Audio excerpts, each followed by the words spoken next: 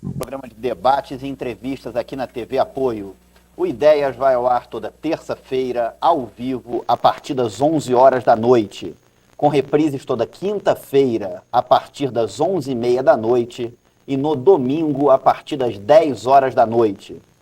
No Ideias de hoje, nós vamos conversar aqui com o deputado federal por São Paulo, o presidente nacional do Partido da Reedificação da Ordem Nacional, o deputado Enéas Carneiro. E quem quiser fazer perguntas para o presidente nacional do Prona, já pode começar a fazer pelo telefone 2104-0800. 2104-0800. Boa noite, deputado. É um prazer recebê-lo aqui mais uma vez aqui no programa, né? O senhor que esteve aqui em 2003. Muito obrigado pelo seu convite. Boa noite ao senhor e aos telespectadores. Queria começar essa entrevista perguntando ao senhor como é que o senhor está analisando essa grave crise na nossa vida pública nacional, né? Senhor Regufe, a pergunta é feita para mim em todos os lugares por onde eu passo, né? E eu respondo sempre a mesma coisa. Não tivesse sido, né, a declaração extraordinária de Sua Excelência, deputado, colega meu, deputado federal, advogado, brilhante, né? Dr. Roberto Jefferson, não tivesse sido aquilo, ninguém estaria discutindo essas questões. Essas questões estão aí de há muito, né? Elas refletem, do meu ponto de vista, a situação de colônia em que o nosso país se encontra. Do meu ponto de vista, isso aí é um pedacinho da realidade que está vindo à tona. Eu repito, do meu ponto de vista, porque eu não tenho elementos para provar. Isso é uma suposição face à observação que faço há muito tempo do cenário político nacional, fato que venho comentando há 15 anos desde que criei o Prona. Nós somos uma colônia gigantesca, né, de interesses alienígenas, dos interesses das grandes potências hegemônicas do planeta. E é mercê desses interesses que consciências são compradas dentro do Congresso Nacional no sentido de aprovar tudo aquilo que é de interesse das potências hegemônicas e não da nação brasileira. Não fosse assim, não haveria por que comprar consciências se o interesse fosse da nação. É essa a minha posição. Com relação ao deputado Roberto Jefferson, que o senhor colocou aí, muita gente hoje defende que ele não seja cassado. Eu queria saber qual é a sua opinião, já que se ele não for cassado, e ele tendo confessado o uso de caixa 2, o uso de estatais para tirar proveito político partidário, do ponto de vista do caixa do partido, a partir do momento que ele se confessou um corrupto, qual exemplo vai passar para a opinião pública se uma pessoa que faz vida pública não tiver uma punição em cima dela, não for cassada?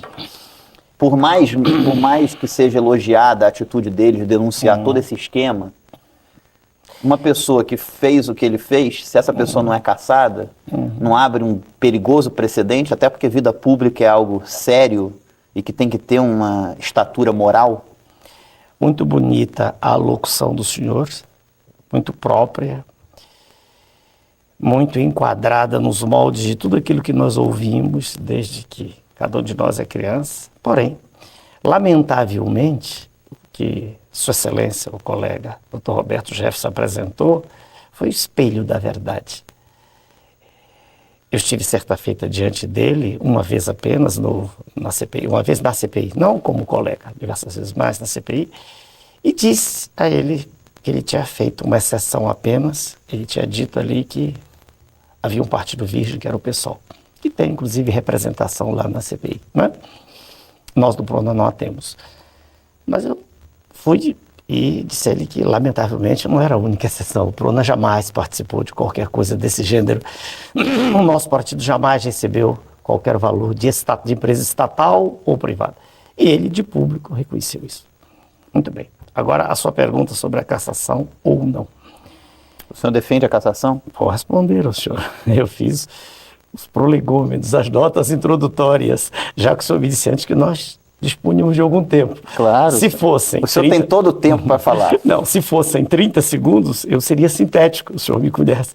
Mas já que é possível desenvolver o assunto, vamos fazê-lo. O senhor tem todo o tempo para falar. Não, o tempo necessário, apenas eu olho para o relógio sempre. Mas veja o senhor, hoje é comum, mesmo em direito penal, que quando alguém ajuda, né, os institutos que estão avaliando uma questão criminal, quando essa ajuda é proficiente, que haja um abrandamento da pena. Isso já é algo altamente conhecido. Eu não estou como advogado do colega, não é isso. Apenas o que eu quero dizer é que o serviço que ele prestou foi tão relevante, mas tão relevante que, se só ele for cassado, veja, do meu ponto de vista, a desmoralização é global, né? A Casa Legislativa da qual eu faço parte. Se o senhor disser, e se ele for cassado e todos, aí eu precisaria saber, e não sei, quantos são os envolvidos nessa lista de líderes, mas quantos realmente receberam? Ou seja, até onde vai isso tudo? Não sei. O que eu posso lhe dizer, e repito, é que, sem dúvida, é como se nós tivéssemos diversos tumores. Diversos. Não estou dizendo que ele apresentou todos, mas que, sem dúvida, um tumor foi lancetado. Sem dúvida. E quero eu crer, e já disse isso ao vivo, que prestou um serviço extraordinário à nação. Entendo feito isso. No mais, eu não sou juiz de direito, também já disse de público. Não sou eu quem vai julgar. Quero eu crer que a comissão está lá para isto. E em segundo plano, é o plenário que vai decidir. Mas no plenário o senhor vai votar. Eu terei que fazê-lo. Eu não sou juiz. Se eu tivesse estudado direito, eu sou professor de medicina. Eu seria, já disse, eu seria advogado de defesa. Se tivesse estudado direito. Não o sou. O ato de julgar é um ato muito complicado para mim, porque existe aquilo que já foi até escrito por um grande filósofo, o homem e a sua circunstância. Eu não sei exatamente o que se passou, não sei. Não sei se alguém sabe. Uma coisa eu sei, nada disso teria vindo à tona, não tivesse sido aquela alocução dele, famosa naquela declaração. Então eu reconheço, e aliás disse isso também na CPI, vou repetir aqui, a única vez em que lá estive. Se nós formos andar para trás, nós vamos até Dom Pedro I. Eu gostaria de ver a coisa para frente. E se esses vícios estão aí, e eles formam amálgama na classe política, não só do legislativo, porém muito mais do executivo, porque não há corrupção sem corruptor. Muito mais. Eu penso que caberá, e repito, à comissão e depois ao plenário a decisão. Insisto no que disse no primeiro momento. Eu vejo como altamente positiva a contribuição dele. Vejo assim, repito, e não retiro o que disse. Não sei se eu fui claro para o senhor.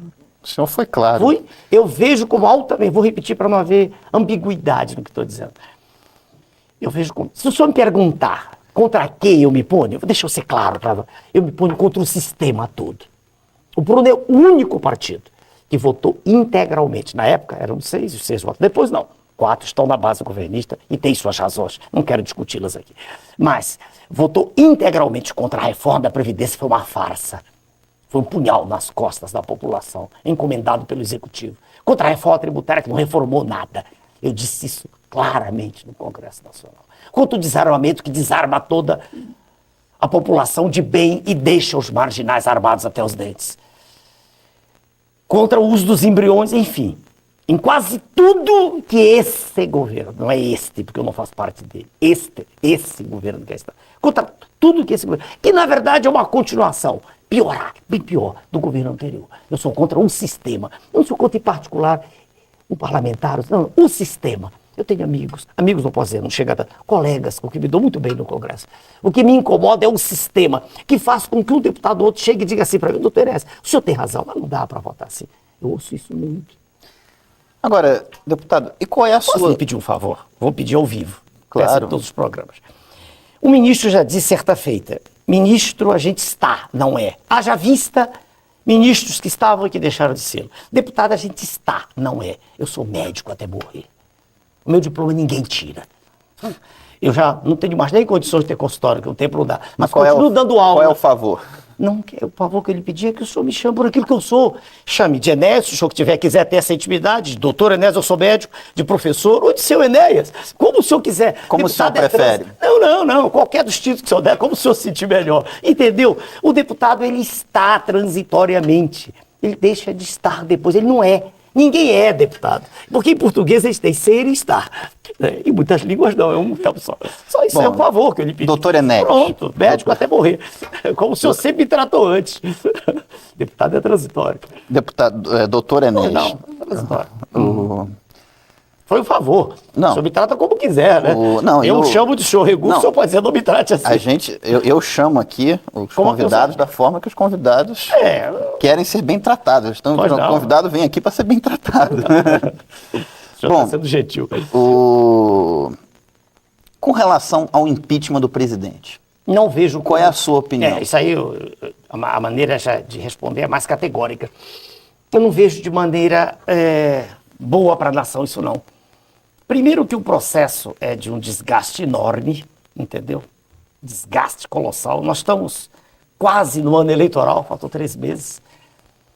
E eu penso, né, de novo, sempre particular, né, que o ideal seria, já disse ao vivo, seria se Sua Excelência renunciasse. Sua Excelência, o presidente, eu vou dizer ao vivo, já disse diversas vezes, já disse na Câmara, já disse na frente dele em 94, quando foi candidato de Sua Excelência, o presidente da República, não tem arrumação intracromossomial mínima para dirigir o país. Sua Excelência não tem condições, nem de intelecto, nem de preparo. Sua Excelência não gosta de estudar. Sua Excelência não sabe o que se passa. Sua Excelência, o presidente da República, não poderia estar nesse cargo. Foi, do meu ponto de vista, a maior votação de protesto que a nação já deu. Pegar uma pessoa sem preparo algum e colocá-la na presidência. Sua Excelência dirigia com apoio daqueles que o cercavam.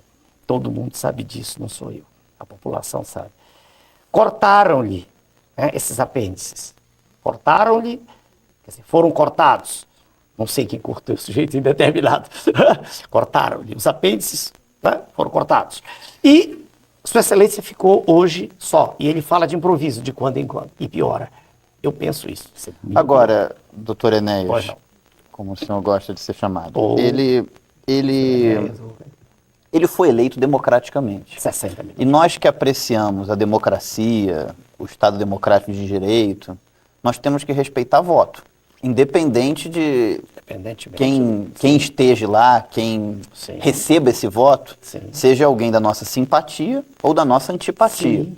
Nós temos que respeitar, dentro de uma democracia representativa, os desígnios que a população determinou. Certo.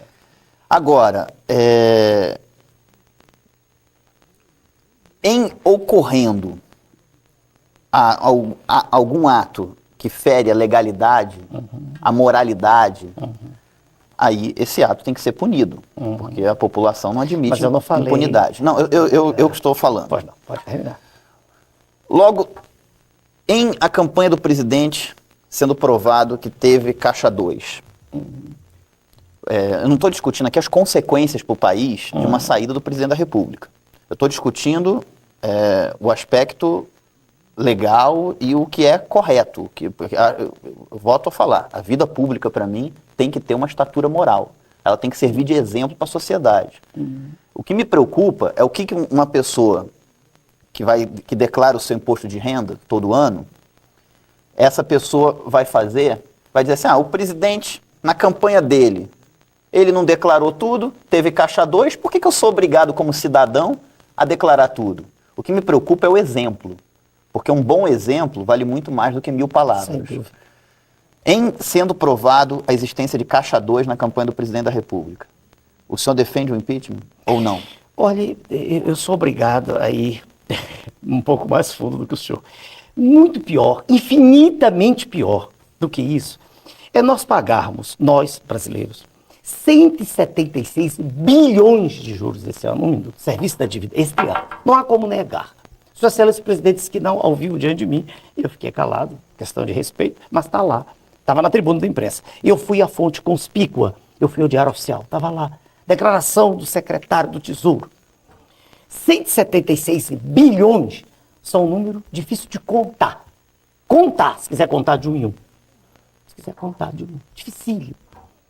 Veja bem, esse número é mais do que o triplo, mais do que 3 vezes tudo aquilo que se gasta no país em educação e saúde.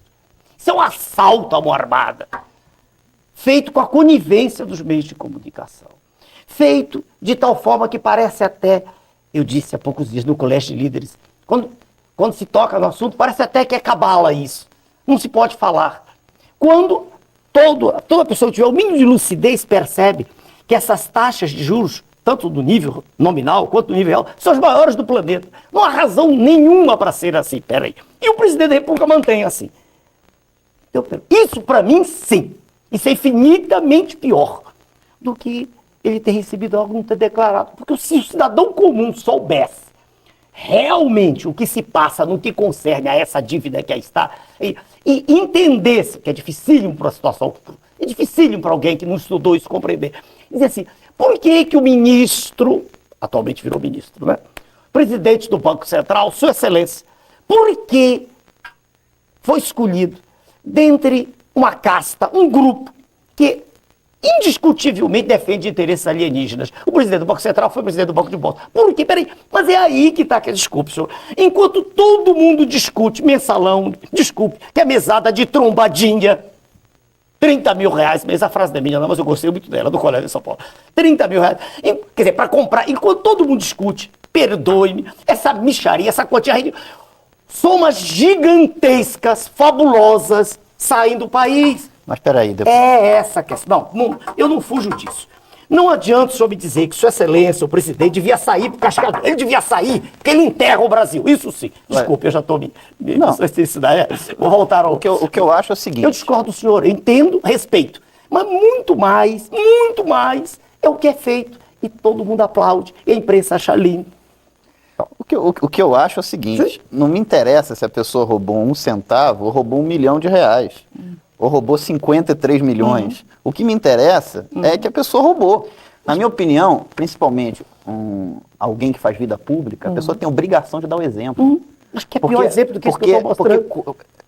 Eu sei. Eu até concordo no seguinte argumento. Eu acho que o grande problema do governo do Partido dos Trabalhadores não é só um problema de comportamento, de retidão de conduta, ou falta de retidão de conduta. Não é só um problema não é só um problema ético. É também um problema de uma falta de um projeto nacional, a falta de um projeto de país.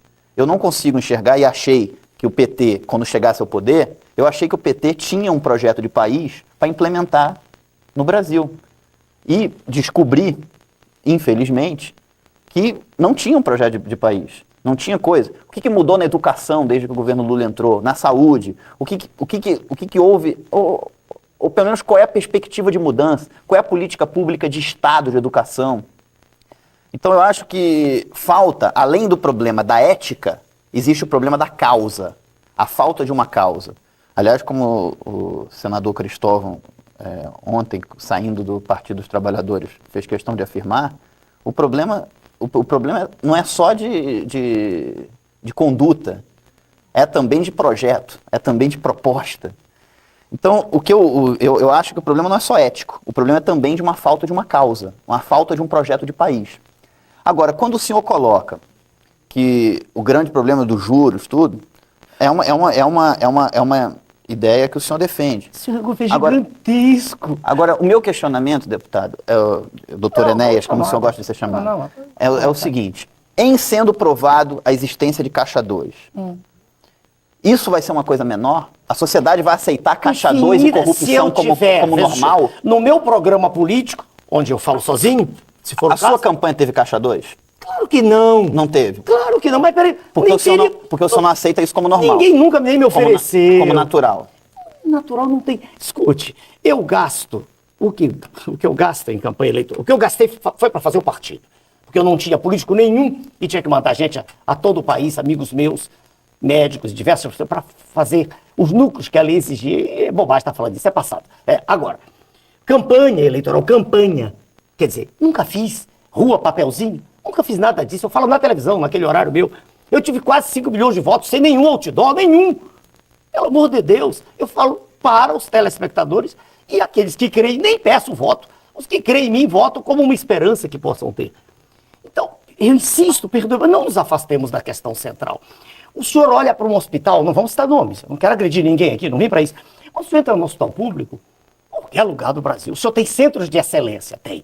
E tem locais onde não há algodão, onde não há gás, onde te pede para o paciente trazer remédio. Meu Deus, como é que o senhor pode pensar em projeto de saúde se falta tudo? Como é que o senhor pode pensar em projeto de educação se um professor ganha uma miséria? Como é que o senhor pode... A questão central é essa, não há outra. É a situação de um país grande do ponto de vista territorial, que tem todas as condições do ponto de vista de matérias-primas, de ser, não se zangue com o que eu vou dizer, mas eu posso provar isso, a maior potência do planeta. Tem todas as coisas. Tem um minério, só um. Eu fui o primeiro candidato a presidente da República que falou dele, nióbio. Tem só um minério, do qual nós temos 97% da produção do mundo. É vendida a preço de banana. Sem nióbio, avião supersônico não levanta voo. Nós podíamos emitir moeda lastreada em nióbio. Claro que para discutir isso, perdoe-me, não pode ser que o senhor excelência, o presidente, não entende nada disso. Isso aqui dói. Eu quero dizer ao senhor que infinitamente pior, muito pior, é a sangria da nação. É vender uma tonelada de ferro a um preço que não dá para pagar uma noite no hotel de 3 estrelas, espere-me. Essas é que são as questões centrais. Não adianta fazer discurso no seu programa, temos um projeto de educação. Não adianta, ninguém vai fazer coisa alguma. Nós estamos vendo o país afundar desde que Getúlio Vargas morreu. Agora, o senhor não pode tirar um presidente da República por divergência de ideias. Mas não é de ideia, isso é fato, inconteste, homem de Deus. Se o senhor abre, se o senhor consulta economistas de peso, não entreguistas, que não estejam afinados com essa política internacional, que Sua Excelência o Presidente continuou mantendo essa política de submissão. Se o senhor consulta professor daqui de Brasília, Décio Garcia Munhoz, se o senhor consulta professor Adriano Benaim, que é doutor em economia, eu cito alguns nomes que lhe mostrarão com clareza meridiana que isso que está sendo feito é igualzinho ao que o governo anterior fazia, com a falha. É que é uma desordem generalizada. Agora, não, essa é a questão central. Deputado, eu entendo, doutor Enéas, eu entendo... ideias a gente pode discutir, a gente pode debater. Agora, em princípios, você não pode transigir. Mas essas ideias estão dentro... Só concluir. Quem transige em matéria de princípios, quem transige 1 milímetro em matéria de princípios, é o primeiro passo para ceder 1 quilômetro. Então, o que eu quero dizer para o senhor? Eu entendi. O senhor está separando... Vamos ver se eu sou claro. O senhor está separando as duas coisas. O senhor está dizendo que receber caixa 2, etc. Isso aí é problema ético. Entregar o Brasil não é ético, essa é a questão. O senhor vê assim. Não é. O senhor diz que é uma questão de ideias. Para mim, entregar o Brasil é crime de lesa pátria. Crime de lesa... Sua Excelência, o presidente comete um crime de lesa pátria. Essa é a questão. Eu vejo assim. Sua Excelência e todos aqueles que apoiam esse modelo que aí está, servil, em que nós entregamos nossas riquezas de graça, são inimigos da pátria. Esses indivíduos não podiam estar no comando. Essa é a questão. Agora, eu posso até... concordando ou discordando das suas ideias, o que me parece, essa questão do impeachment, não é ético. Essa questão do impeachment do presidente, para mim é uma questão simples. Para mim é uma questão seguinte. Teve caixa 2, para mim isso é uma bobagem. Mas aí eu não vou aceitar caixa 2 como normal. Eu respeito sua convicção. Nós não estamos discutindo caixa 2 não é algo natural para mim. Nem pra eu mim. acho que as pessoas de bem, elas não podem aceitar caixa 2. Senão, qualquer cidadão que agora sonegar a informação no imposto de renda, o presidente da República faz, por que eu não vou fazer também? Então eu acho que um exemplo... Mas isso responde apenas à pequenez intelectual de Sua Excelência, que diz isso de público. O problema é o seguinte, isso está dentro de um contexto muito maior, isso é que eu quero dizer. Quando ele cede, eu não sei por que cede, mas claro que há vantagens. Não sei de que gênero, não posso dizer que são monetárias, não posso dizer isso. Eu jamais ataquei moral de Sua Excelência, jamais. Tenho cuidado quando falo. Falo da absoluta falta de condição, de preparo para o que faz. Mas aí foi eleito democraticamente pela população. Tudo bem, eu não elegi. Eu tenho um mas direito... a população elegeu. Sim, a população elege. Só pode tirar ele por um desvio ético grave. Por caixa 2. E desvio ético grave, na sua opinião, tudo bem, então que o tirem pelo caixa 2. Pronto, responda essa pergunta. Pronto, eu fico satisfeito. Que o tirem pelo caixa. Pronto, é igual um presidente que cai por causa de um carro Fiat. Claro que o problema não era o carro Fiat. Vamos parar com essa Desculpe, com essa hipocrisia, pelo amor, é igual dizer que um prefeito tem um salário de 6 mil reais, vamos parar com isso, tá na hora de nós acordarmos, tá na hora de nós pararmos de enganar a população, pelos céus. Desculpe-me, quer tirar o presidente pelo castilho? E eu direi, gente, isso aqui é bobagem. Eu quero lembrar a você, telespectador, que você pode continuar fazendo perguntas para o deputado federal Enéas Carneiro, presidente nacional do Partido da Reedificação da Ordem Nacional, o PRONA, pelo telefone 2104-0800, 2104-0800.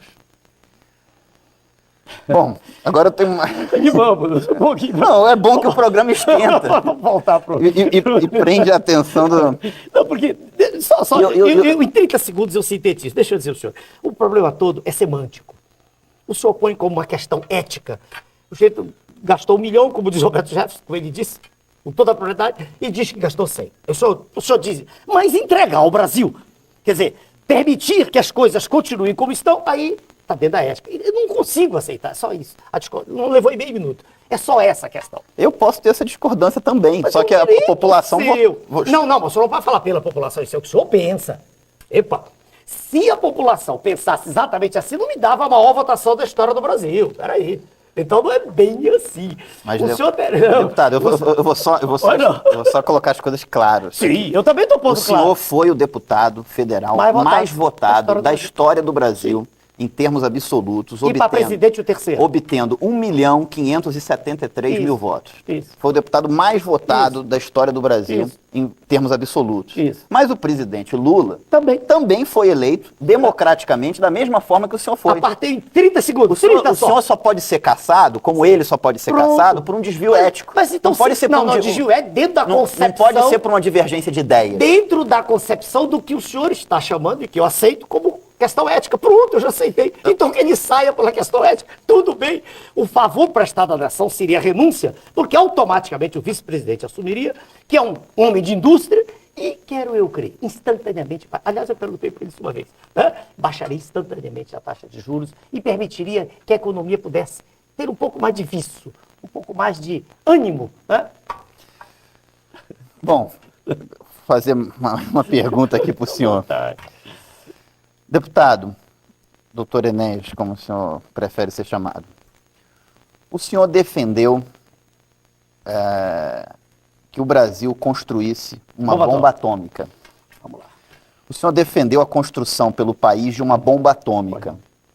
O senhor não considera que é um crime pensar em bomba atômica num país que precisa e que tem tantas necessidades de recursos para as áreas de educação e saúde? Que beleza. A pergunta do senhor é muito bem feita, respeitável. E com toda clareza, né? Eu sei, respeitável, bem apresentada, como eu já ouvi dezenas de vezes, né? Vamos para a questão precípua. Primeiro, é despicienda a discussão, porque não se pode mais fabricar. Sua Excelência, o presidente Fernando Henrique, tão logo eu vinha à televisão na época, e era candidato a presidente, e disse isso, logo depois ele assinou o Tratado de Não Proliferação, servilmente. Agora vamos para o ponto. Por que deveríamos tê-la? Agora é impossível tê-la. Por que deveríamos tê-la? Um bom exemplo. Em 1945, em Hiroshima, eu não estive lá porque eu era uma criança nessa ocasião, mas muito tempo depois eu estive lá. Hiroshima tinha sido guardada, tinha sido preservada no Japão. Hiroshima não participou da guerra. Cidadezinha no interior, muito bonitinha. No dia em que a bomba foi lançada, morreram 60 mil pessoas. Nos 6 meses subsequentes, completou-se a cifra de 200 mil pessoas, metade da população da cidade. Se o Japão, naquela ocasião, detivesse o controle do ciclo nuclear, se tivesse um submarino atômico no Pacífico, jamais Hiroshima teria sido lançada do mapa. Quando eu defendi, e eu fiz com a sinceridade, a mesma que eu tenho sempre, não mudo, eu sou assim, digo o que penso, e me disseram, um colega senhor jornalista de valor, ligou para mim logo após, doutor Enéas, o senhor confirma, fizeram uma pesquisa, 95% estão contra o senhor. Eu digo, mesmo assim, eu vou continuar, não vou mentir. Se eu disse isso, é verdade. Por que o Brasil deveria ter construído o artefato nuclear? Não necessariamente a bomba, o submarino nuclear. Por quê? Para que os países hegemônicos, se o senhor der tempo, daqui a pouco a gente fala nisso, se o senhor permitir, são pobres, não são ricos, como a imprensa diz. Eles não têm nada. Eles não têm nióbio, não têm ferro, não têm titânio, não têm vanádio, não têm manganês, não tem... O nosso manganês está lá nos Estados Unidos, na Pensilvânia, como reserva estratégica. Milhões de toneladas que saíram daqui. E isso é que é crime de lesa pátria. Pois bem, se nós quisermos dar o nosso grito de independência, eu acredito que um dia daremos, seremos presa fácil, como o Iraque foi agora, com a desculpa de que tinha armas de destruição de massa. A bomba atômica não era para jogar em ninguém. A bomba atômica é um instrumento de defesa para dizer, deixem-nos em paz. Essa é a razão de ser. Em geopolítica, chama-se isso hoje, dissuasão estratégica. Não é para jogar bomba, é para fazer como a Coreia do Norte faz, como a Índia faz, como o Paquistão faz, como a China, que já teria sido varrida, né, se não detivesse o controle. O mundo não é um mundo de gente boazinha. O mundo não é o mundo que Jesus Cristo queria que fosse. O mundo é um mundo de tensões, de lutas permanentes. Por isso que eu disse que nós deveríamos, como deveríamos, em vez de 300 mil, ter 1 milhão de homens nas Forças Armadas, claro, e não deixar as Forças Armadas, nem forças nem armadas como elas são hoje. É no sentido de termos o mínimo de defesa que não temos hoje. Essa foi a razão de eu ter defendido. Para o telespectador que está ouvindo, isso não tem mais importância. O Brasil não pode. A segunda parte da pergunta, o senhor disse, um absurdo, e quanto te gasta? Ilustre, senhor Regufe, é absurdo defender a pátria e entregar, como eu acabei de dizer, 176 bilhões, 15 bilhões de mês. Quantos hospitais, escolas poderiam ser construídas? Quantos? Quantas crianças de rua todas? Por favor, o senhor é novo, mas não siga, perdoe-me, a legião daqueles que falam, não se zangue, porque a imprensa diz isso. A imprensa, ela tem o seu papel, eu entendo, quando mostra essas coisas, e os donos do mundo lá fora estão rindo. É só corrupção. Parece que o Congresso inteiro é uma casa de negócios, que não há nada sério. É essa a imagem que está ficando nossa. Mas não é exatamente assim. A gente de valor dentro da nossa casa. Deputado, Pois não. eu deixei o senhor falar, deixei o senhor concluir aí o seu Pois. raciocínio, que eu Eu acho que é ouço, eu ouço importante, agora, claro. principalmente num programa democrático como esse. Agora, o senhor expôs aí a sua defesa do porquê que era importante a construção da bomba atômica. Ou do submarino. Agora, o senhor, me desculpe, mas o senhor não respondeu a minha pergunta na clareza dela. A minha pergunta é... Dinheiro para isso, não para educação, é isso? Não é se deveria se construir a bomba atômica Sim, ou não. não. Eu nem entrei nesse ponto. É num país com tamanhas diferenças Paremos sociais. de pagar esses juros, senhor jornalista. Paguemos os juros dos Estados Unidos, 3% ao ano. Sobrarão bilhões. Dá para todas as escolas, hospitais, se eu quiser. Vamos parar com isso. Mas entendo os juros. Então o senhor de novo entra na corrente daqueles que dizem que isso é intocável. Não há diálogo. O senhor pensa desse jeito, eu penso outro. Não há como chegarmos a um acordo. Se um dia eu chegar à presidência da República, e se o senhor me chamar, eu vou dizer a mesma coisa. Claro que tentarão eliminar-me antes. O grande Não, eu gosto do debate assim, porque o senhor é franco. Eu não vou mudar. Como eu também garanto. sou Mas franco. eu não vou mudar. O PT mudou. Como eu porque também. Sua Excelência, o presidente, dizia até palavras minhas. Desculpe. Eu não tenho direito de interromper o senhor. Não, pode concluir. Pode concluir. Não, já está. Pode falar. Não, eu gosto desse debate franco, sincero, aberto. Sincero, eu acho que o debate político O ideal era um tem que ser detector assim. de mentira quando o senhor chamasse alguém. O debate tem que ser assim, sem escamotear nada, franco, transparente. Claro. Agora, me parece um contrassenso um país que precisa tanto de investimentos em educação, Claro. em saúde, com a população em Construir filas, uma bomba. com a pessoa em Mas filas não lhe nos parece um hospitais. absurdo entregar tudo lá para fora. Isso não lhe parece. Para dívida interna e externa. Eu sou um crítico, principalmente da construção dessa dívida, que explodiu Não, mas isso já no passou. último Eu tô governo. falando do serviço dela. A dívida é impagada. Por isso é que eu acho que o país tinha que investir pesado em educação. Mas, meu em Deus, saúde. e vai continuar pagando. Porque, desculpe, E me parece, vivo, como o senhor e me pergunta. parece um contrassenso fazer uma bomba atômica. Não, mas ao vivo. Então o senhor diz que esses juros são intocáveis, é isso? Não, de forma nenhuma. Por que eu tenho que pagar 19,7%, 20% ao ano, se os Estados Unidos pagam 3%? Por quê? Deputado, Sim. Não, o senhor não responde aqui o a minha entrevistado é o senhor. Aqui o entrevistado é o senhor. Não, eu sou um crítico de uma grande parcela das nossas políticas aí, que não são políticas de Estado, são políticas de governo e transitórias, e sempre para remediar, não para construir uma política realmente a longo prazo. Senhor Regufe, nada será feito nesse modelo. Acho que a estabilidade econômica é uma conquista da sociedade brasileira. Agora, acho os juros exorbitantes como qualquer brasileiro. Porém, intocáveis. Não, Grave. intocáveis de forma nenhuma. Todos os governos Acho- vêm se repetindo assim. Acho errado, inclusive, que as diversas diretorias de Banco Central que nós tivemos no país ultimamente, sempre queira controlar a inflação apenas por juro alto. Entendeu? Isso é um absurdo. A nossa política monetária só se controla a inflação por juro alto. Está errado. Claro que Tem tá outros errado. mecanismos de Não, controle. Não é isso.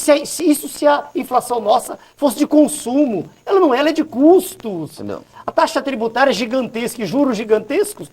Ingessa a economia, estou de acordo com o senhor. Não há produção, não há dinheiro circulante, não há produção, não há emprego. Escute, Agora, eu pessoalmente, eu acho que a estabilidade econômica é uma conquista. ela é farsa, ela não é verdadeira, a inflação está represada, não é?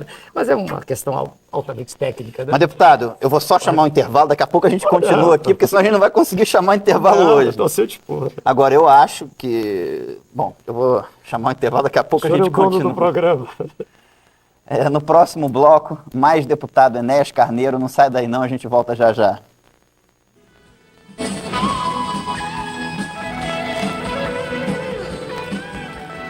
Voltamos com o Idesta, trazendo hoje uma entrevista com o deputado federal Enéas Carneiro, presidente nacional do PRONA, do Partido da Reedificação da Ordem Nacional. E quem quiser continuar fazendo perguntas para ele, pode continuar pelo telefone 2104-0800. 2104-0800. Deputado, eu vou começar aqui pelo Carlos Alberto, da Asa Sul. Gostaria que o deputado falasse sobre a dependência do Brasil em relação aos países centrais do capitalismo. Dependência econômica, cultural e política. Qual a saída para o país? Só existe, para o senhor que faz a pergunta, só existe uma saída. Uma, não há outra. Para rompermos a situação de dependência, é preciso, não outra coisa a não ser ruptura mesmo. Não é brigar, não é declarar guerra, é dizer assim, se quiserem 1 miligrama de nióbio, de tântalo, de ferro, paguem um preço justo. E com isso mudar as relações de comércio. É chegar para os credores da dívida pública, interna e externa, e dizer, nós vamos pagar a nossa dívida securitizando-a. Isso é linguagem técnica, linguagem mais simples, quer dizer, dividindo-a em 30 anos, alongando o perfil, sem juros. Chega. Essa é a questão. Sem isso, não há saída. O Antônio Marcos, do Jardim Botânico, ele pergunta, qual país no mundo que o senhor daria como exemplo de ter se rebelado contra os interesses das grandes potências e que tenha dado certo? Olha, os Estados Unidos são o melhor exemplo. Os Estados Unidos eram uma colônia... Deixa eu olhar para o relógio para ir marcando, né, um pouquinho. Os Estados Unidos eram uma colônia britânica. Criaram a sua independência, o presidente George Washington chamou o Sr. Hamilton para ser o presidente do primeiro banco, e o banco teve a função de banco mesmo. Quer dizer, emitir dinheiro e emprestá-lo para a indústria, e não como o banco é hoje. Então, o melhor exemplo são os próprios Estados Unidos, que fizeram a sua independência assim. E se a gente olhar no planeta, de quando em quando a gente vê alguém levantando, né? Levantando a mão e diz, olha, eu quero existir. Esses todos que eu citei, que são detentores do poder nuclear, estão reagindo. O Rogério, da Asa Sul, gostaria de cumprimentar o Regufe pelo programa e por ter convidado o deputado Enéas a participar. Gostaria de parabenizar o doutor Enéas por suas colocações e perguntar o que foi mais nefasto para o país? A crise do PT, com todas essas denúncias, ou a gestão de 8 anos de FHC? Qual a receita para ressuscitar esse paciente que está na UTI chamado Brasil? Bonita pergunta, e eu digo para o senhor, não há mudança em essência no modelo. Sua Excelência, o presidente Fernando Henrique, esfacelou a nação, entregou o Brasil. Sua Excelência, o atual presidente, atuou de maneira bem ruim, pior, muito pior, porque veio a desordem, o caos. Não há diferença essencial no modelo. O Brasil pode se levantar, tem tudo para fazê-lo, depende apenas de vontade enérgica, de alguém que não esteja submisso aos ditames, né, dos donos do mundo. Só isso, mais nada. O Mauro, de Sobradinho, pergunta, o senhor votou em Severino Cavalcante, tendo em vista que o mesmo só chegou à presidência da Câmara através de promessas de aumento de salário de deputados. O que o senhor acha disso? Não, não é verdade. Antes de o presidente Severino estar no cargo, né, de que está investido de presidência, eu já me dava bem com ele. Certa feita viajei com ele, fui ao interior de Pernambuco e vi nele vontade Não, primeiro vi simplicidade, que é uma característica que eu admiro nas pessoas. Eu não gosto de petulância, prepotência, nada disso. Eu vi. Então passei a gostar dele como pessoa. E, na verdade, tem que ser honesto, não posso mentir. No primeiro turno eu votei no colega porque já tinha dado a palavra ao deputado, aleluia, já tinha dado a palavra para ele.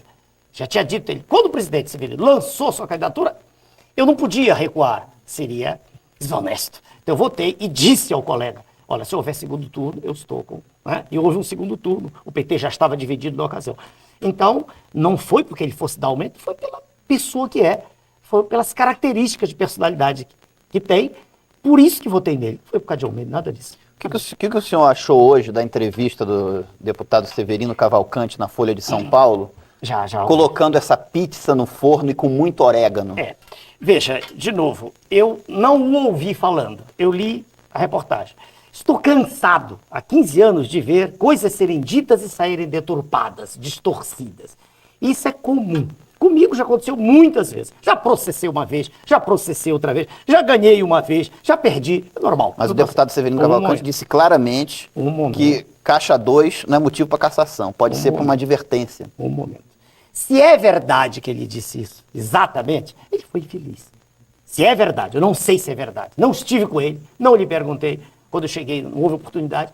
Não sei. Se é verdade, e como ele é uma pessoa sincera, fala o que pensa, ele não planeja.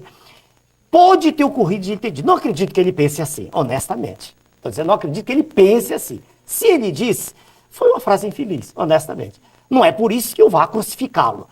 Eu entendo que, se existiu, e tudo indica que deve ter existido, essa mesada imunda para votar contra os interesses da nação. Isso tem que ser motivo de cassação, claro que sim. Caixa 2 é uma derivação, é igual no circuito elétrico. Começou-se a falar nisso, o PT começou a falar, os líderes, para desviarem a atenção. Na verdade, o problema que estava aí em xeque era a mesada para deputados votarem a favor. Essa é que era a questão principal. Desviou-se para o Caixa 2. Mas mesmo assim, eu não creio que ele tenha... E se disse, foi um momento infeliz dele. Assim que eu vejo. Agora... Não concordo com isso, claro. Agora, deputado... Pois não. Fique à vontade. No primeiro bloco, o senhor falou sobre o Caixa 2, que o senhor falou que é uma prática sistêmica. Eu não participo, ninguém nunca nem me ofereceu. É uma prática generalizada. Eu sou um ET.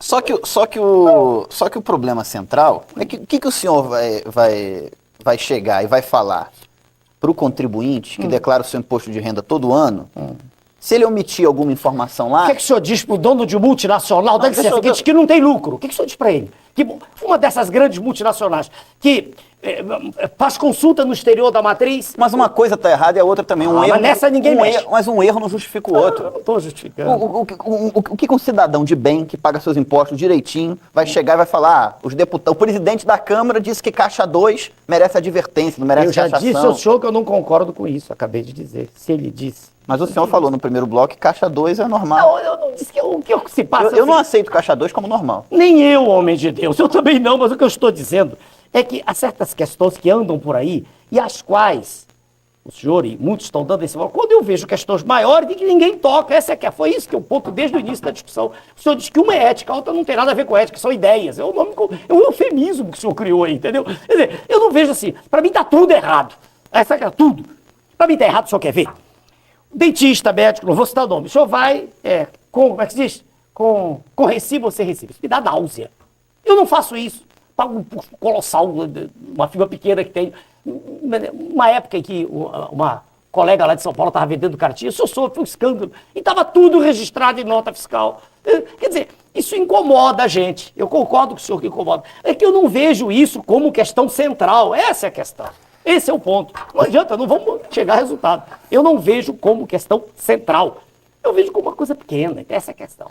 Mas deputado... Não adianta, o senhor não vai me convencer, nem eu, o senhor. Bom, eu prefiro que a gente vá para outras perguntas. O senhor não vai me convencer que essa é a questão central. Mas o meu objetivo não é convencer o senhor. O meu objetivo é dizer, principalmente para o telespectador... O que eu penso, mas já disse claramente, não é a questão central. O senhor telespectador, não é.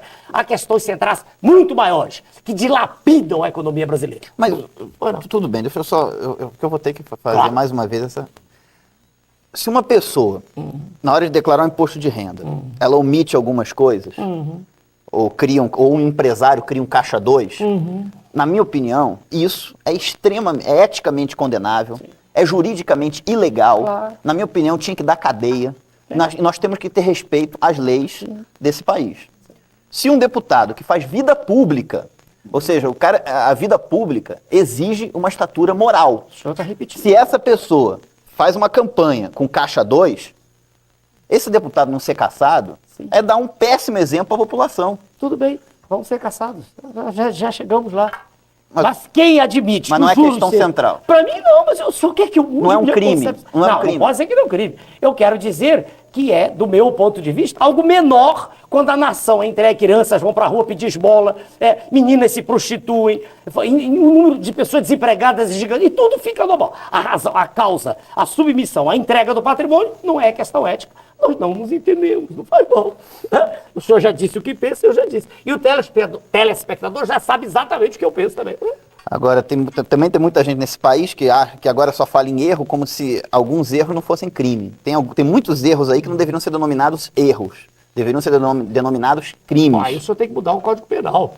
Tá aí, o Código Penal está aí, cheio de, né? Tem contravenção. Peraí. Caixa 2 é crime. Mas eu não estou dizendo que não é em nenhum momento. Vamos para as perguntas. Não, mas só um instantinho. Há poucos dias atrás, para o senhor ver como as coisas são engraçadas do nosso país, eu fui intervir, né? Um cidadão que tinha comprado um aparelho de som. Veja, porque é interessante o nosso país. Um aparelho de som em São Paulo. Ele comprou de um vizinho da rua que ia passando e ofereceu, e puxa, eu estava precisando de segunda mão. Entre 190 e 120 foi a diferença. O sujeito tinha roubado, foi preso, e foi à casa dele e disse, foi para ele que eu vendi. E é flagrante, ele foi preso, o rapaz. Homem de bem, trabalhador. Peraí, do lado dele tinha uma moça que ficou presa meses, ou mais tempo. Tinha roubado 2 pedaços de queijo. São os crimes. Crime. Mas entregar a nação aí não é crime, senhor telespectador. Aí não. Vai ser responsável pela desgraça nacional? Não, aí não é crime. Isso é questão de ideias. É o eufemismo do senhor. Tudo bem. Respeito o senhor. Eu não falei isso. Acho que entregar a nação... Estão entregando a nação. Continua entregando. Vamos lá. O César do Sudoeste pergunta para o senhor. Caso o senhor seja eleito presidente da República, como vai fazer para se manter na presidência? Qual será a sua base parlamentar? O que um deputado quer mais, eu estou dentro do Congresso e vejo, é ser reeleito. Apresentadas as questões a favor da nação, eu não entendo por que deputados não vão votar. Não entendo. Não consigo nem entender como. E se um deputado de qualquer estado vota contra os interesses da nação, o presidente da República tem direito de ir à televisão e dizer, olha, isso aqui e mostra com clareza, meridiana, não com subterfúgios. Mostra com clareza. Não vai dizer que é preciso aumentar, taxar os inativos cobrados dos senhores muito idosos, porque a Previdência dá déficit. Não vai dizer uma mentira dessas. E aí vai. Eu creio que é perfeitamente possível. Eu creio que, aqui eu concordo com o senhor, é necessário um exemplo. Isso sim, um exemplo gigantesco de vontade de acertar. Um indivíduo que, se errar, venha diante das câmeras e diga, eu errei, errar demais. Todo mundo pode errar. Se Sua Excelência o Presidente tivesse chegado e dito isso, até que eu tinha crescido no meu conceito. Não fez isso. Fui traído. Traído? Que história é essa? A população está esperando isso. Errei, pronto, acabou. Errei. Que todos nós erramos. Aí, a não ser que o senhor seja de uma espécie diferente da minha, eu erro. Todo mundo erra. Tá? Com certeza. O problema não é quando a pessoa erra. O problema Admita o erro. O problema é quando o erro é premeditado. Exatamente, isso é que eu não o que acontece no Brasil. Os dirigentes do Brasil planejam, premeditam enterrar o país. Tornar essa desgraça em que nós vivemos. Em que tem criança na rua cheirando cola a qualquer hora. Essa é a questão. Eu acho que o presidente Lula está no direito dele de dizer que foi traído. Agora, tem que nominar quem são os traidores. Porque senão, dizer que só foi traído, quero saber por quem. Pois bem. O Renato do Sudoeste pergunta, o senhor não está vendo que tudo que está acontecendo é simplesmente porque o PT resolveu comprar a ideia de Sérgio Mota, que é ficar 20 anos ou mais no poder, se aliando com o FMI e tendo a penetração popular que o PT sempre teve? Eu não sei se o senhor está certo ou não, para o rapaz que está fazendo, para o senhor que está fazendo a pergunta. FMI, só para esclarecer aqueles que assistem ao programa, é apenas um braço do sistema financeiro internacional. O sistema financeiro internacional funciona como um gigantesco octópode. Né? É um polvo gigantesco. Os tentáculos são Fundo Monetário, aqui o senhor fez referência, Organização Mundial de Comércio, Banco Mundial, que para cada dólar que entra no Brasil retira 1,4 dólar. E outras instituições similares, eu costumo dizer, et caterva, É contra isso que eu me ponho. Solimar de Taguatinga pergunta, diz, Regufe, você não está se precipitando em dizer que o PT não tem um programa de governo? Gostaria de lembrar que o pensamento social demora no mínimo um século para ser mudado. Imagina a estrutura social e econômica de um país. Deputado Enéas, não foi o PT que endividou o Brasil. Lula está apenas honrando os compromissos que os outros incompetentes fizeram. Sem comentários, senhor telespectador. Pode prosseguir. Com relação à minha parte, eu sempre vi o PT fazendo seminários, discutindo grandes ideias, e eu, sinceramente, imaginava que quando o PT fosse poder nesse país, o PT tinha realmente, com toda clareza, um projeto de país. E eu não vejo, sinceramente, com todo respeito, uma política de Estado, de educação sendo executada, uma política de Estado, de saúde sendo executada. Eu não vejo grandes mudanças nas áreas na área social, nem em educação, nem em saúde. E, sinceramente, não vejo uma mudança naquilo que o PT tinha de mais precioso, pelo menos para uma grande parcela da nossa população, que é uma luta pela ética na política. O PT foi eleito para mudar a prática política desse país, e ela não mudou. Continua tendo sua maioria congressual formada com critérios fisiológicos, com base no fisiologismo, de troca de votos no Congresso por cargos no Executivo, votos no Congresso por liberação de emendas, e eu acho que não é isso que eu posso chamar de um projeto de país. E não só do ponto de vista ético, como também do ponto de vista de ideias, de um projeto mesmo de país, de um projeto nacional. Eu esperava, sinceramente, muito mais. Mas, legal tua participação aí, eu respeito e fiz questão de ler na íntegra.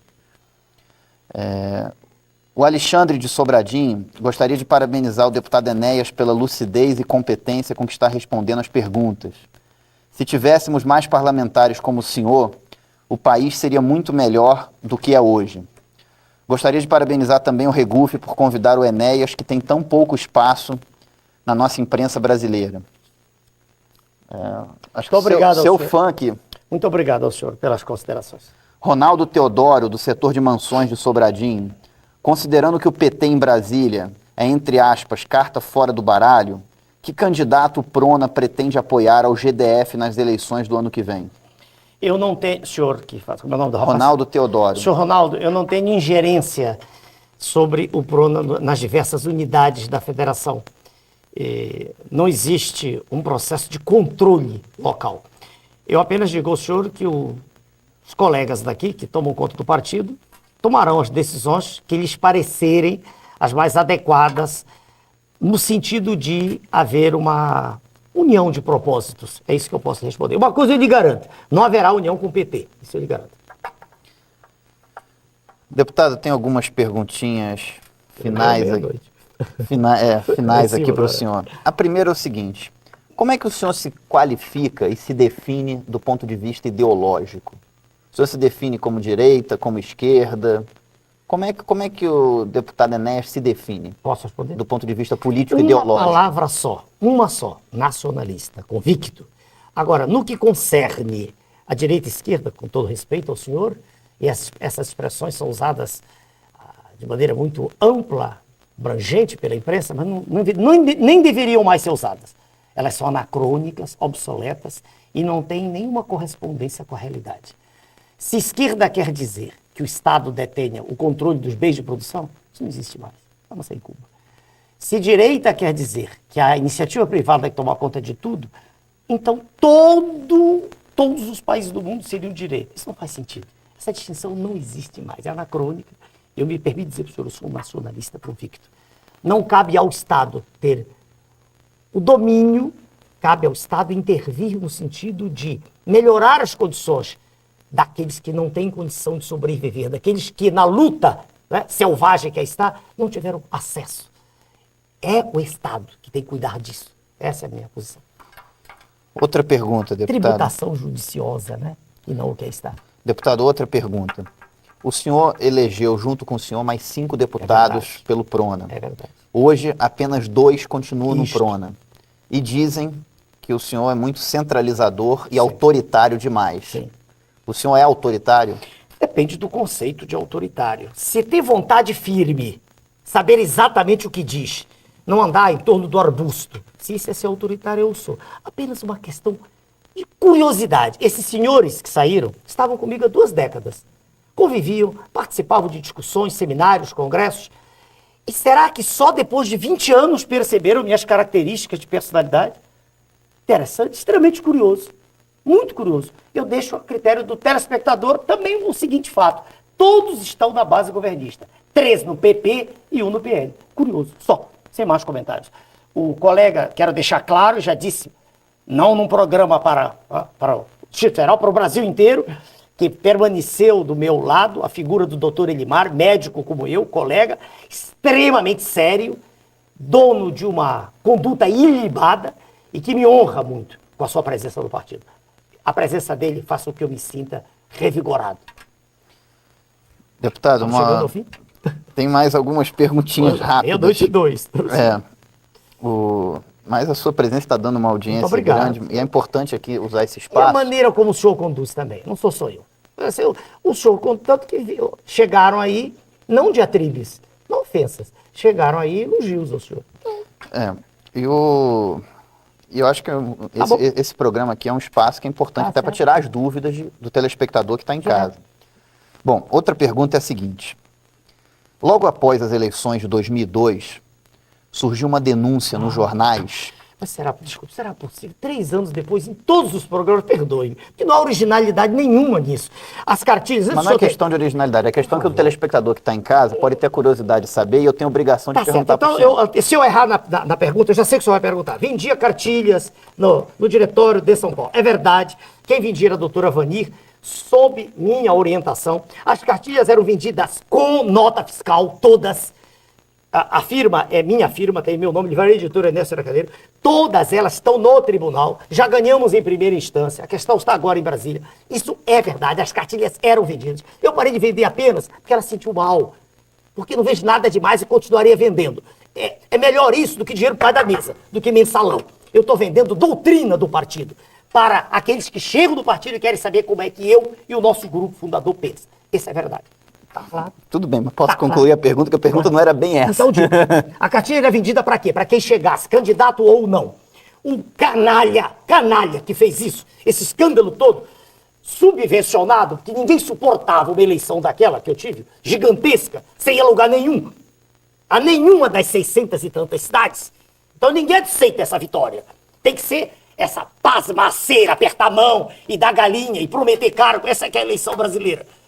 Fazer o que eu faço ninguém é estranho, é um ET. Então, um canalha que estava diante da minha colega, doutora, que inclusive nem está conosco, está no TSTB, ele estava com um gravador e ela dizendo para ele, convencendo, o senhor precisa nos ajudar, nós não temos, nós não temos nenhuma empresa, nada, isso é a maneira que nós temos de ter recursos, o senhor vai ser o cara. E ele gravou toda a conversa, a Globo colocou, que beleza. Deputado, é verdade. Eu entendo a sua... Isso me indigna. Eu sei. Eu entendo. 3 anos depois, a mesma pergunta.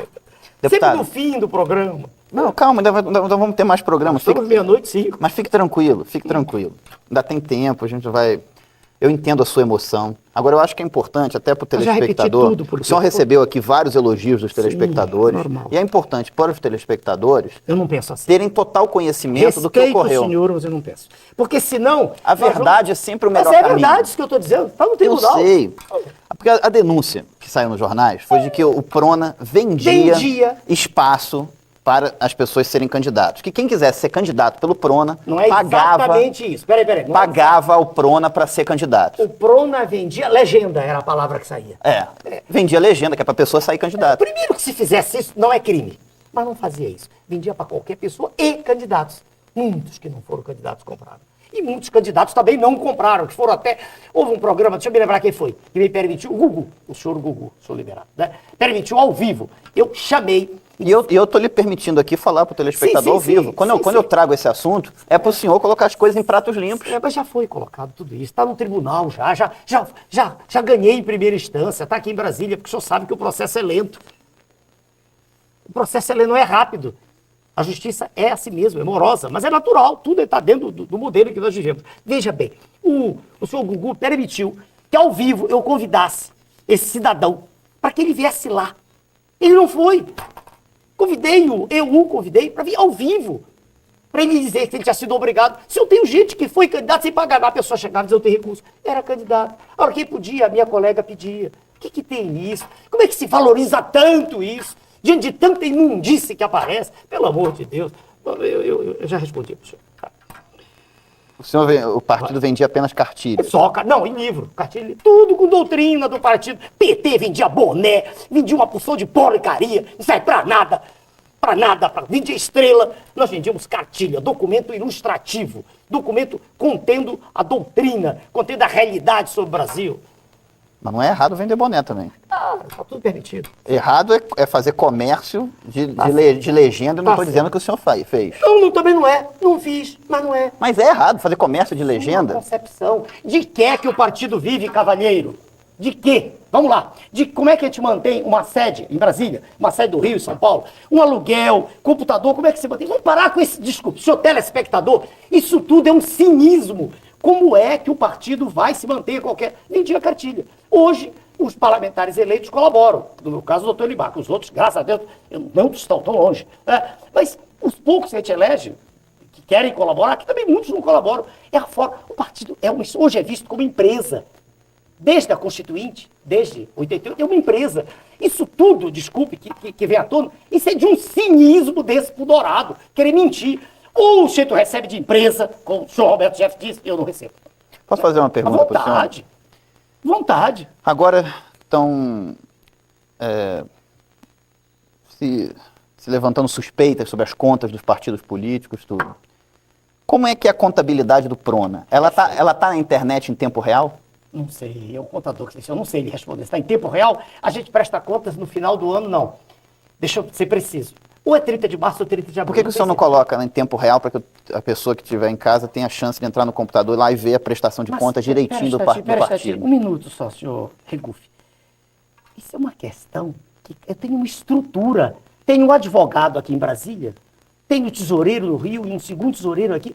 Eu tenho mais com o que me preocupar. Eu não devo nada. Eu não estou preocupado com justiça. Eu não recebi mesada.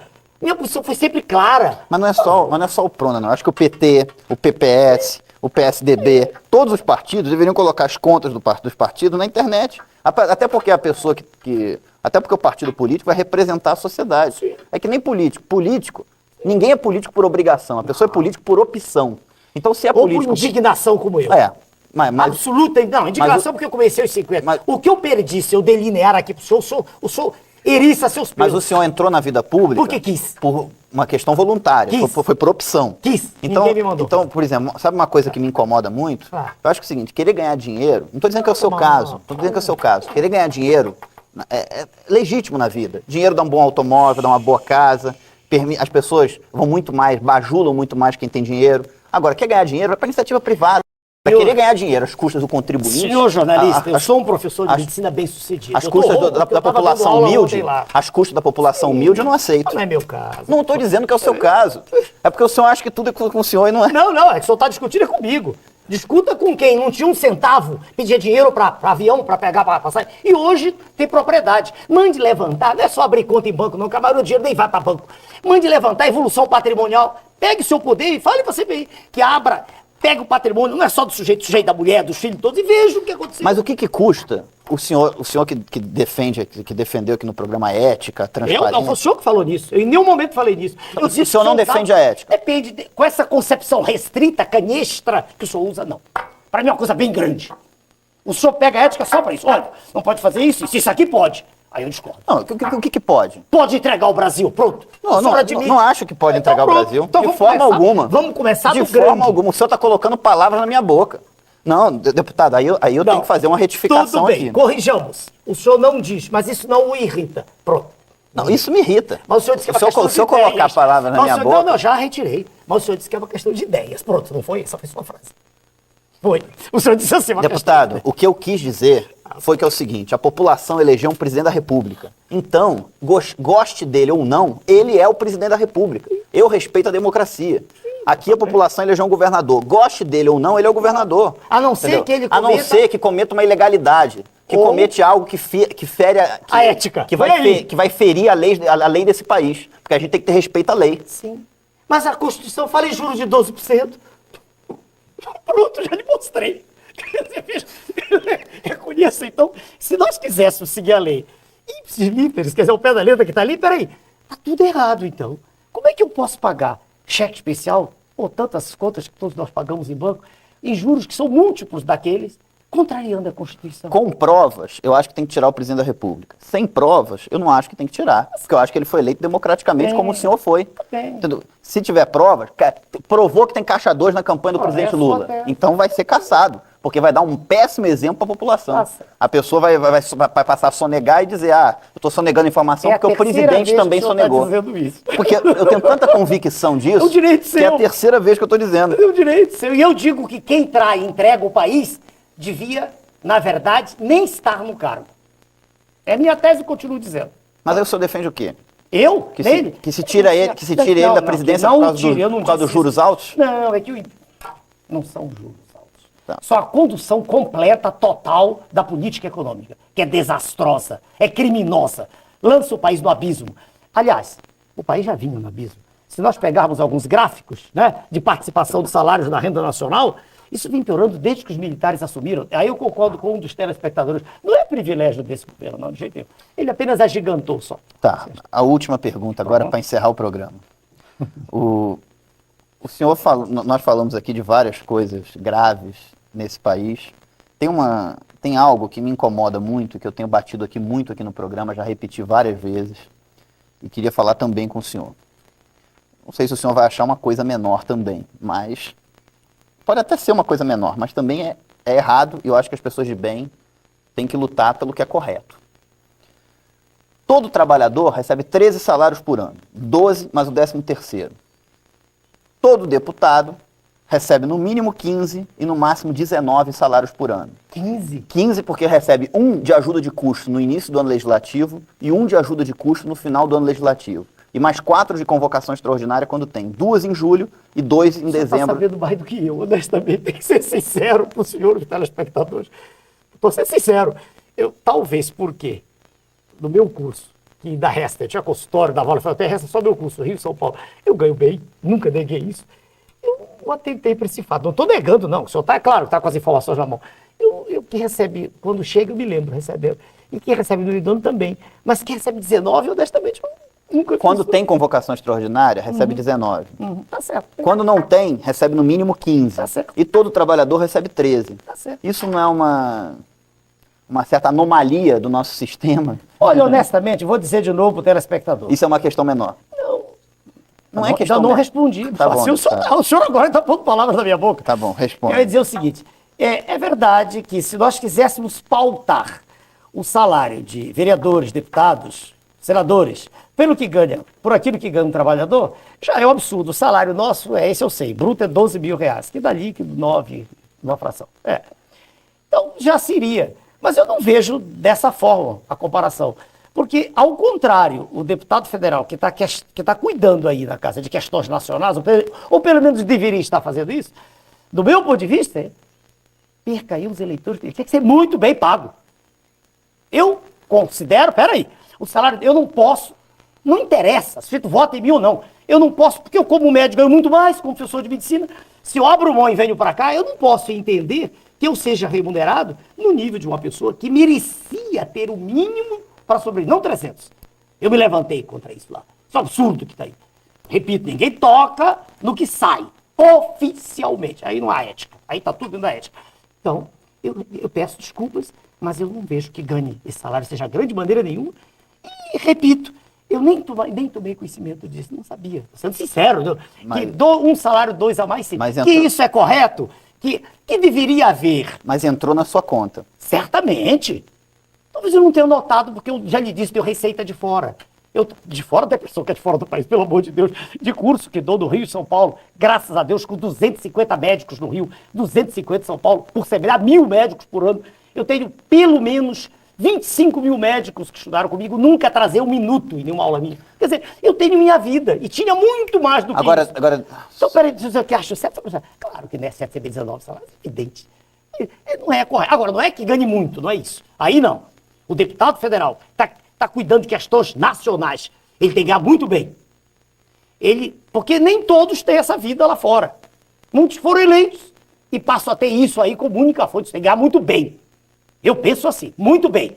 Tem que ter coragem para dizer isso para o eleitor. Já bem. Agora, É mesmo dizer que um prefeito ganha 6 mil, isso é ridículo. E tantos outros aí, sabe? Agora, deputado, eu acho que um parlamentar tem que receber um bom salário. Depende do que é bom para o senhor. Agora, tem que receber 13 salários como Bem. qualquer trabalhador. Até porque qualquer trabalhador, médico. Peraí, deixa eu ver. todo trabalhador não Liberal. recebe 13 salários, 12 mais o 13º? O parlamentar tem que receber 13 salários também. Se acha que está baixo, aumente o salário. Agora, aumentar o número de salários... concordo. Então eu queria saber uma coisa do senhor. Eu concordo com o senhor. O senhor acha que o correto é o deputado receber 13 salários? Não o salário que está aí, tinha que ser muito mais. Já disse. Então, com o salário que está aí, o senhor acha que é correto receber 15 salários, 19 O salários? senhor está me forçando, veja bem. Eu tô querendo a falar sobre uma coisa que eu nem... Já lhe disse quando começou. Eu nem tinha consciência plena disso. Vou ser sincero. O senhor não pode assumir um compromisso aqui no programa com os telespectadores Não vou assumir isso, não. Não. O senhor quer porque o senhor quer que eu tenha uma atitude populista. Não é populista. Tula, peraí. O problema defender do o que é Brasil... correto. Isso é a sua concepção. O senhor está Deputado. comparando o deputado federal com uma pessoa que trabalha e... Mas o senhor não está vendo uma série de outras coisas. E eu não posso. Só para ser, eu teria que parar, pensar, para responder uma coisa Deputado, dessas. Não. O correto é um deputado receber 13 salários, 12 mais o 13º, igual a quem ele representa, que são os trabalhadores, ou é o deputado receber no mínimo 15 e no máximo 19 salários por ano. Eu não posso concordar com o senhor, porque eu não me lembro de ter recebido 19, eu não me lembro disso. Pode até ser, não me lembro. O senhor recebeu no mínimo 15, quando não tem convocação extraordinária é 15. 13, mais uma no início do ano legislativo, no final do ano minha legislativo. secretária que está ali, pudesse soltar no fim do programa, porque eu já lhe disse, não estou dizendo que não foi, eu não me recordo. Mas o que o senhor acha correto? É receber 13 ou receber 15 ou 19? Não, veja bem, haver uma diferença de salários assim, injustificável, não me cai bem, não me soa bem, é verdade. Não me soa bem. Que ele receba uns... Por exemplo, no Exército, deixa eu me lembrar quando eu fui militar. A gente recebia o auxílio fardamento quando chegava, né? Que um deputado, por exemplo, ter direito a verba telefone, claro, gasta uma fortuna, muito mais, uma série de coisas que se criticam todo, porque pega-se a população e aponta, olha o que ele ganha. Mas vamos parar com isso, meu Deus do céu. Vamos olhar para coisas graves, sérias. Não é igual a Previdência, alguns ganhavam muito. Não é aí que está o rombo do Brasil.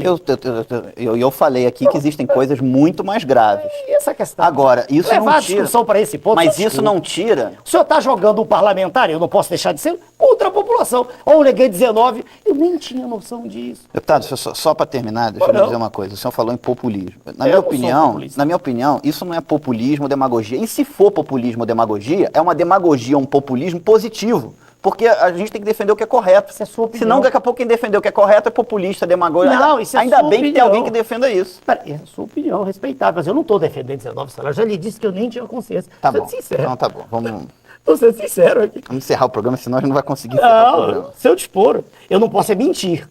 Que aí fica feio. Eu não posso mentir. Eu não posso chegar e dizer, olha, eu acho que ganho. Isso é ridículo dizer que ganha muito. Os senhores têm verba de telefone, eu gasto tudo com pessoas do partido que ligam. Não.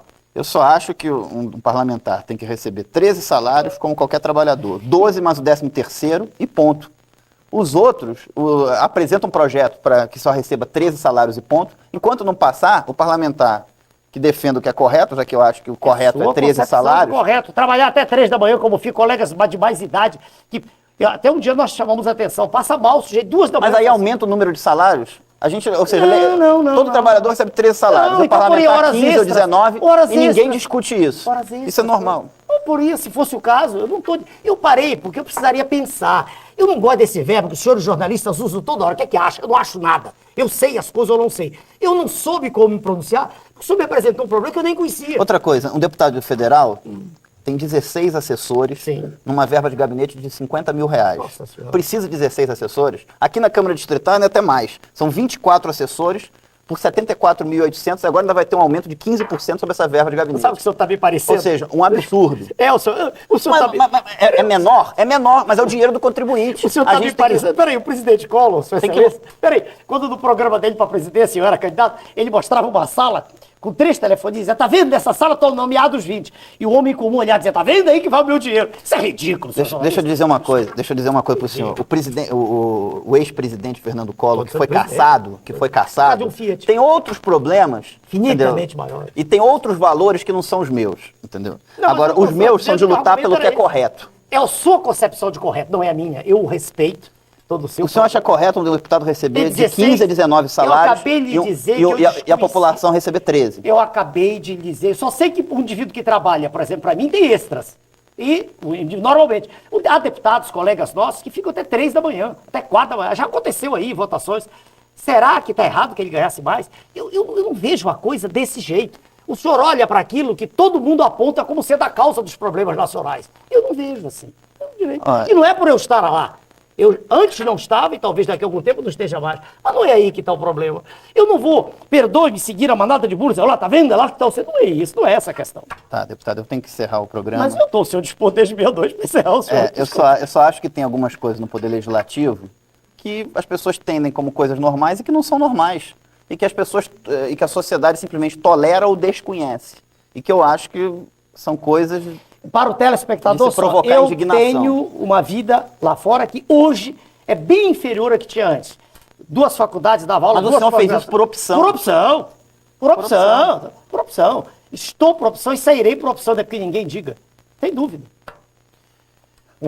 Eu só acho que assim, as coisas têm que ficar transparentes e a gente... Nada diferente do que eu sempre... E a gente tem que lutar pelo que a gente considera como correto. Tá certo. Eu continuarei lutando pelo que eu penso que é correto. A libertação do Brasil. E se isso for demagogia, é uma demagogia positiva. Porque... Minha? Não. O senhor falou que isso é uma coisa populista. O senhor falou que isso foi uma... bobagem. Que eu defendi foi uma coisa populista. Eu acho que é uma coisa que é correta. Tá certo. Eu estou defendendo o que eu considero como correto. Mas é a sua que é respeitável. Mas dê o direito ao seu interlocutor de não concordar com o senhor.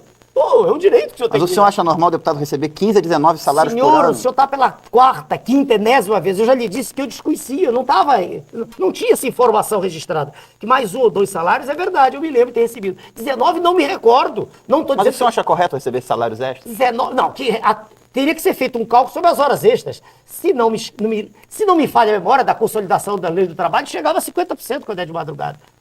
Deve ser algo em torno disso. Então, não estou nem falando para mim. Estou dizendo, claro, há colegas que ficam aí e a gente percebe que o desgaste físico é muito grande. Só isso. Deputado. Pois não. Eu quero muito agradecer a sua presença. Entendeu? Acho que o debate às vezes se exasperou, ficou um pouco mais quente, mas eu acho que é bom que seja assim. Eu não acho nada, não gosto desse verbo achar. O debate é acalorado, que o senhor discorda de mim muitas coisas, é normal. Porque pelo menos foi franco, foi aberto, foi sincero e foi transparente. Não tenha dúvida. Eu acho que isso é importante. E eu queria lhe dar 1 minuto para o senhor fazer uma despedida e poder passar uma última mensagem à população de Brasília, ao telespectador de Brasília, e agradecer muito a sua presença aqui. Já que o senhor está dando 1 minuto, senhor Regufe, vamos lá. Para os telespectadores de Brasília e de outras cidades no entorno que estejam assistindo ao programa, a minha mensagem é sempre a mesma. O Brasil tem condições de ser uma potência que exporta energia. Um dia de sol no território brasileiro equivale a 120 mil usinas de Itaipu a todo vapor. Nós temos condições de, utilizando a energia armazenada nas plantas por um mecanismo natural da fotossíntese, de obtermos álcool, isso já vimos fazendo, e óleos vegetais que substituirão, e é um projeto nosso na Câmara, claro, já torpedeado pelo poder maior, que substituirão com vantagem todos os derivados, combustíveis derivados do petróleo. Essa é uma das perspectivas de futuro para o Brasil. Eu quero dizer para os senhores que há esperança. O Brasil tem tudo. Tem um povo, uma vontade enorme de trabalhar. Tem uma extensão territorial invejável. Tem riquezas naturais que são as maiores do mundo. O Brasil tem todas as condições de ter uma sociedade livre que possa sonhar com o futuro. Muito obrigado, senhor. Obrigado, senhor. Deputado, muito obrigado pela sua presença. Obrigado, senhor. Eu quero lembrar você, telespectador, que esse programa de hoje, com o presidente nacional do PRONA, do Partido da Reedificação da Ordem Nacional, o deputado federal Enéas Carneiro, será reprisado na próxima quinta-feira, a partir das 11h30 da noite, e no próximo domingo, a partir das 10 horas da noite. Nós voltamos na próxima terça-feira, ao vivo como sempre, a partir das 11 horas da noite. Muito obrigado e uma ótima noite a todos.